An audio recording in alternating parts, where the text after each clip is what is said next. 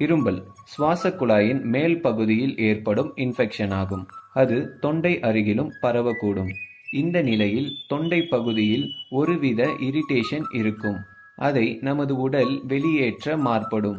இருமல் இருப்பதால் தொண்டை பகுதியில் நீர் போன்ற திரவம் வடிவதைப் போல தோன்றும். தொண்டை மீண்டும் மீண்டும் சரி செய்ய தோன்றும். குரல் மாறும். இரும்பல் அதிகமானால் சுவாசம் கஷ்டமாகும். வாயில் கசப்பு சுவை ஏற்படும். சில சமயம் இரும்பலுடன் இரத்தம் வரும்.